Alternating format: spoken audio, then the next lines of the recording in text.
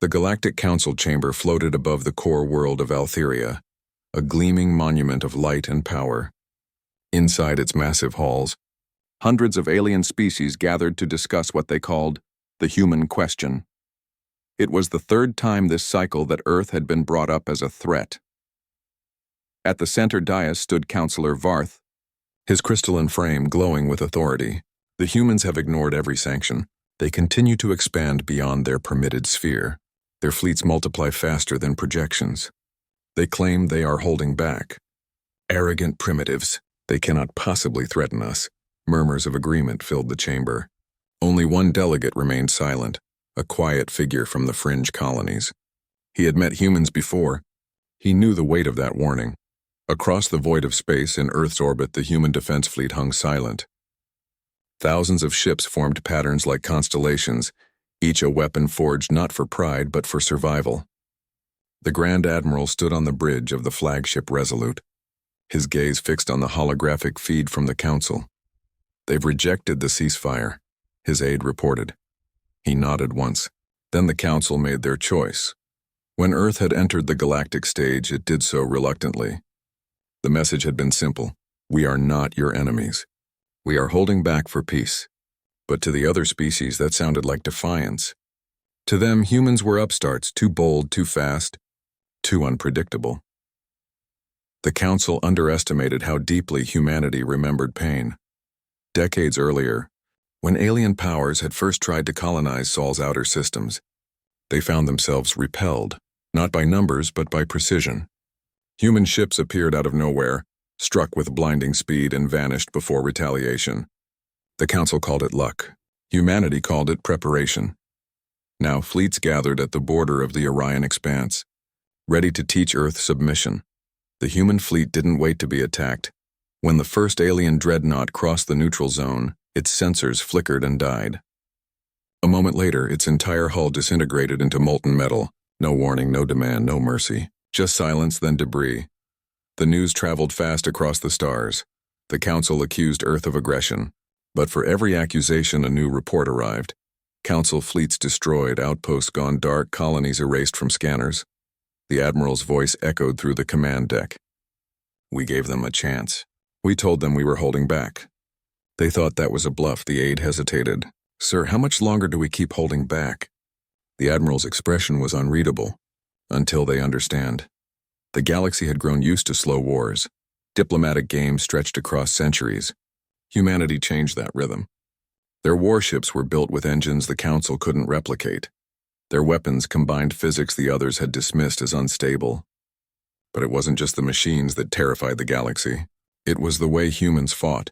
Direct, ruthless, efficient. When they captured an enemy ship, they didn't torture, didn't gloat. They studied. They adapted. Then they released the survivors to spread a message. We are only defending ourselves. Do not test our patience, but pride is a dangerous thing.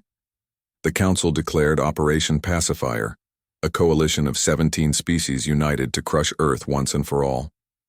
They sent over 3,000 ships toward the Sol system. The human scouts saw them coming days in advance. The Admiral watched the holographic wave of incoming fleets and whispered, "They still don't believe." The battle began above Neptune. The first wave of alien cruisers opened fire, energy lances scorching the void. Then, without warning, the entire starfield shimmered. Hidden among the dark matter clouds, human stealth ships emerged like shadows tearing open reality. They didn't shout battle cries or announce orders.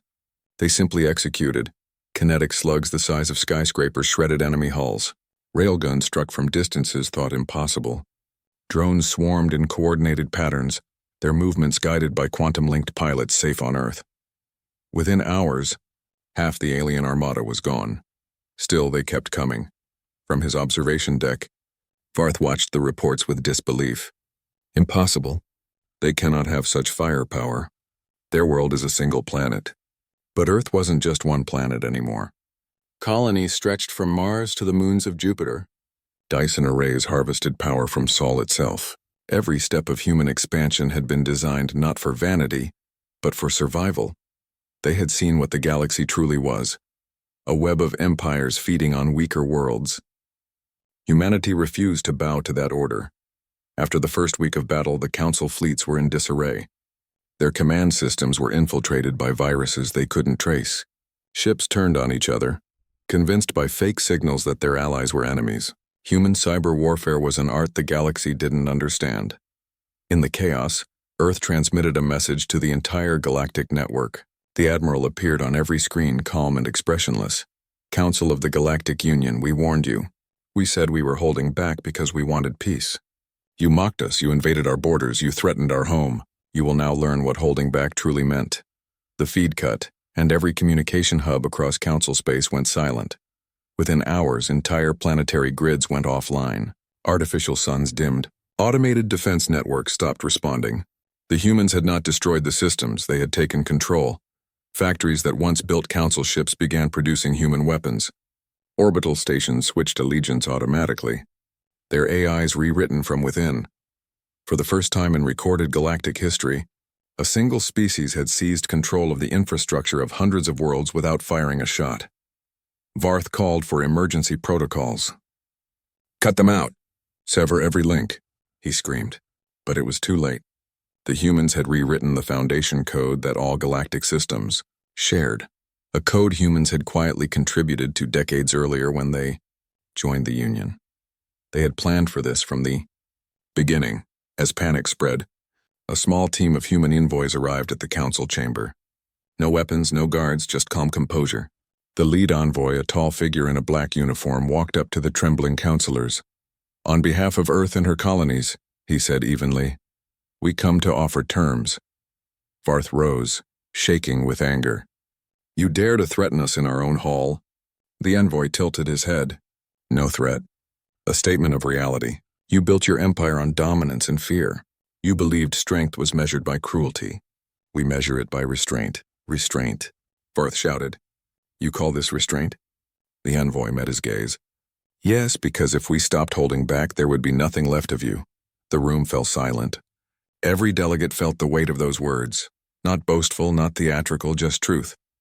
The envoy placed a data chip on the table. "Sign the agreement. Recognize Earth as an independent power. Cease all military operations near Sol. Share research freely. In return, we will restore your systems." Varth hesitated, but the alternative was clear. Without Earth's cooperation, their worlds would collapse within days. He signed. Peace, or what passed for it, returned to the galaxy. Trade resumed. The lights of the core worlds flickered back to life, and the Council pretended nothing had changed. But everyone knew the truth. The humans had not just survived, they had redefined power. They didn't occupy planets or enslave populations. They rebuilt. They sent engineers, medics, teachers. They repaired the systems they had broken. And everywhere they went, they left behind a quiet warning, a single human symbol engraved on every repaired structure, a circle within a circle, representing containment. The message was clear.